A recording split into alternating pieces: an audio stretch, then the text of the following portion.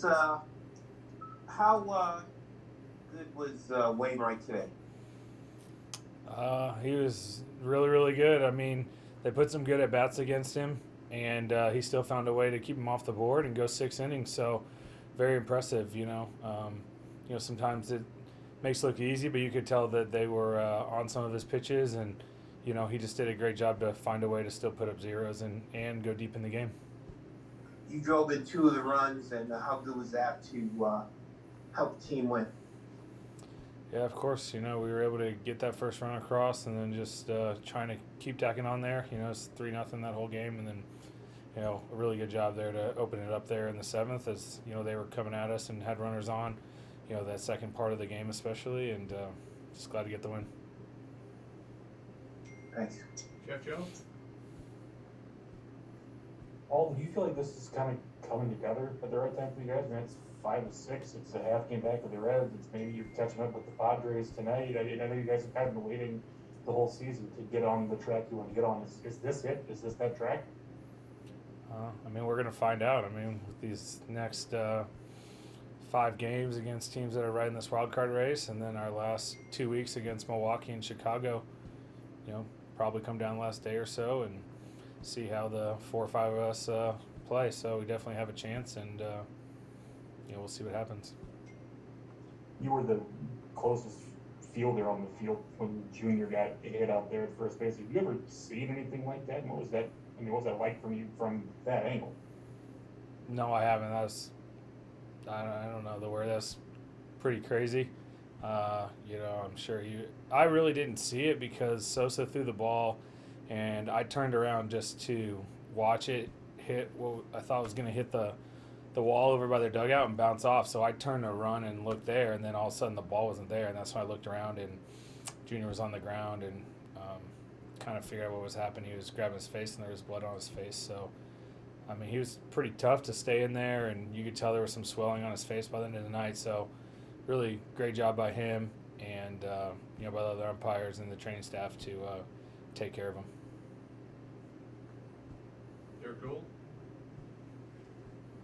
I just wondered what it was like out there in the 8th with the rain coming down and Alex kind of settling himself. Just what the whole playing condition was like.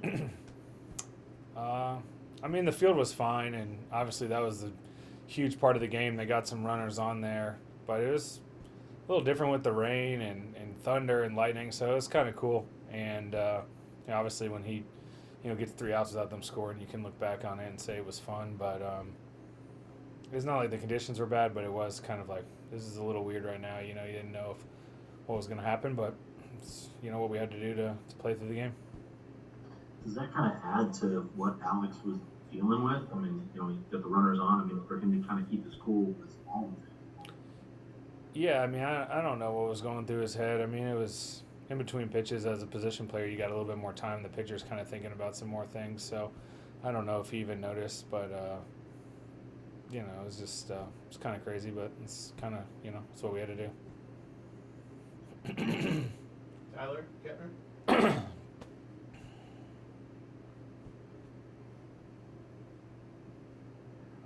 Paul, you hit against Adam Wainwright for a long time, and now you played with him for a couple of years.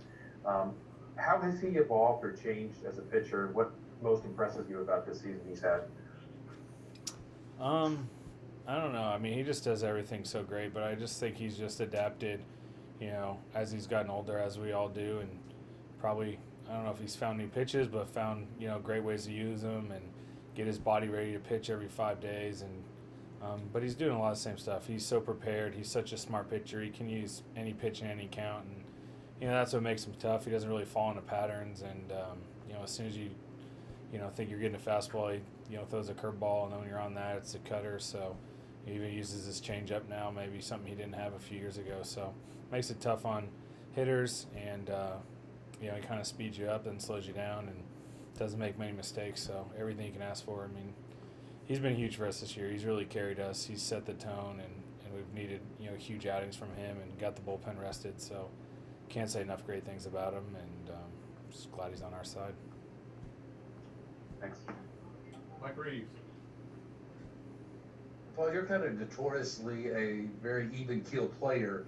Does middle of September playoff implication baseball feel any different to you, really?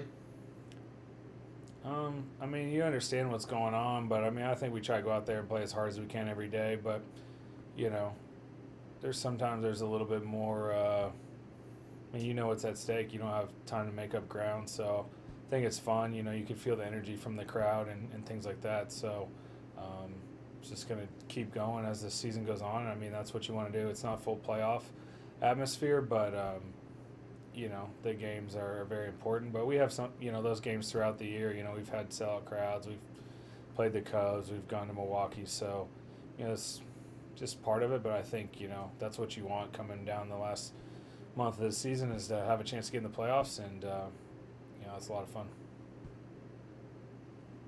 Okay, thank you. Thanks, Paul. All right, Thanks, everyone.